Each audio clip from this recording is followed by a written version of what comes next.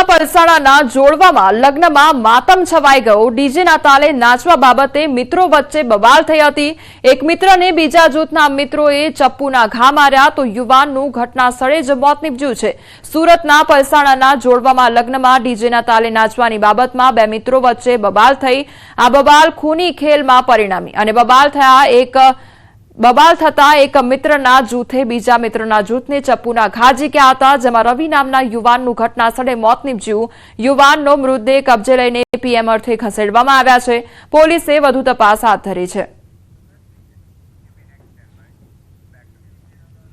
મહેસાણામાં શિક્ષણ તંત્રની પરિવહન માટેની ગાઈડલાઈનનો સરેઆમ ભંગ થયો છે। શિક્ષકોએ વિદ્યાર્થીઓના જીવનને જોખમમાં મૂકી મનોરંજનની મજા માણી છે। બાળકોના જીવને જોખમમાં મૂકી પ્રવાસ કરાવ્યો તો ભૂલકાઓની સલામતીને ભૂલી ટ્રેક્ટર અને ટ્રકમાં જોખમી મુસાફરી કરાવી। ટ્રક અને ટ્રેક્ટરમાં વિદ્યાર્થીઓને ખીચોખીચ ભરી જાદુનો શો જોવા લઈ જવામાં આવ્યા હતા।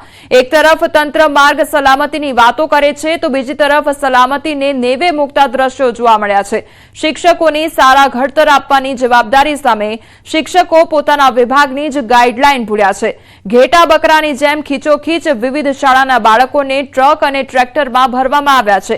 વિવિધ શાળાઓમાં જોખમી પરિવહન કરી વાહનો ટાઉન હોલ કેવી રીતે પહોંચ્યા તે પણ એક સવાલ ઉદ્ભવી રહ્યો છે। એક બે નહીં પરંતુ અનેક શાળાના વિદ્યાર્થીઓ ટાઉન હોલ પહોંચ્યા હતા। આ વાહનોને ન તો પોલીસે અટકાવ્યા ન તો માર્ગ સલામતીની વાતો કરતા તંત્રએ અટકાવ્યા। કોઈ અનિચ્છનીય ઘટના ઘટી હોત તો તેનું જવાબદાર કોણ તે પણ એક સવાલ ઉદ્ભવી રહ્યો છે। દ્વારકામાં નબીરાના સ્ટન્ટનો વિડીયો વાયરલ થયો છે। દ્વારકા જામનગર હાઈવે પર કારમાં સ્ટન્ટ કરવામાં આવ્યા। હોળી ફૂલડોલ ઉત્સવ માટે પદયાત્રીઓ જઈ રહ્યા છે દ્વારકા। લાખો ભક્તો પદયાત્રાએ જઈ રહ્યા છે તેવા સમયે આવા સ્ટન્ટ ન ફક્ત પદયાત્રીઓ પરંતુ નબીરાઓએ પોતાના જીવને પણ જોખમમાં મૂક્યા છે। જો કોઈ દુર્ઘટના થાય તો કોણ જવાબદાર?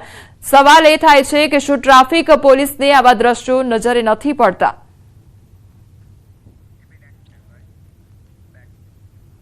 અરવલ્લીના મોડાસામાં ગ્રાહકને થયો છે કડવો અનુભવ અને ગ્રાહકે ખરીદેલા મઠામાં જીવાત નીકળી છે।